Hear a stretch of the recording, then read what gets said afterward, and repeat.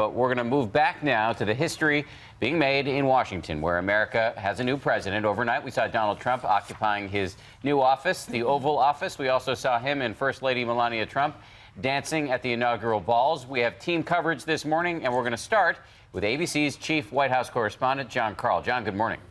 Good morning, Dan. This morning, the Trumps are waking up right over there in the White House for the first time.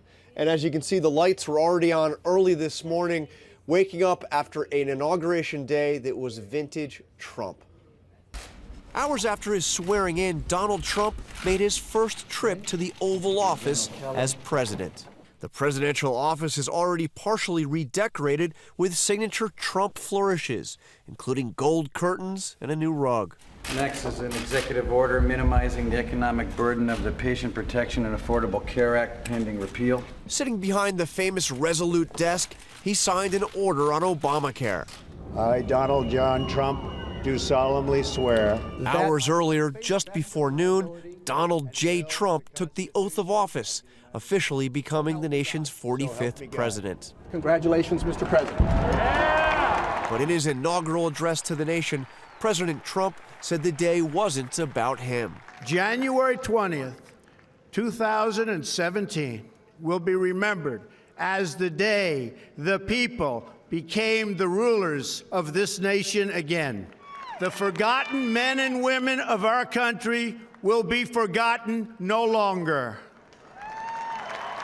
As former presidents and his former rival looked on, the new president painted at times a dark vision of the country, saying once again that he'll be the one to fix it.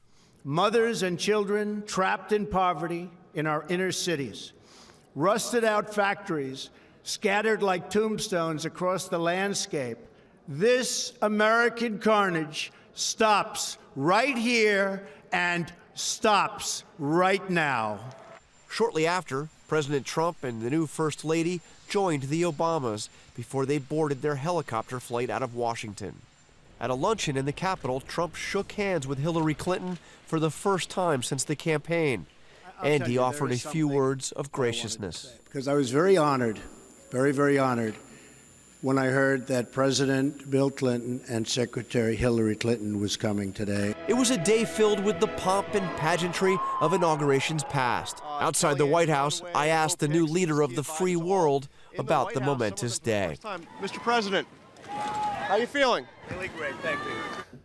The Trumps plan to attend the national prayer service later today at Washington National Cathedral. And although he's already issued a few executive actions, the first full day of work, the president says, will be on Monday. And right at the top of the list, Paula, is getting his cabinet confirmed. The Senate has only confirmed 2 cabinet secretaries, Defense Secretary Mattis, Homeland Security Secretary Kelly, about 20 more to go.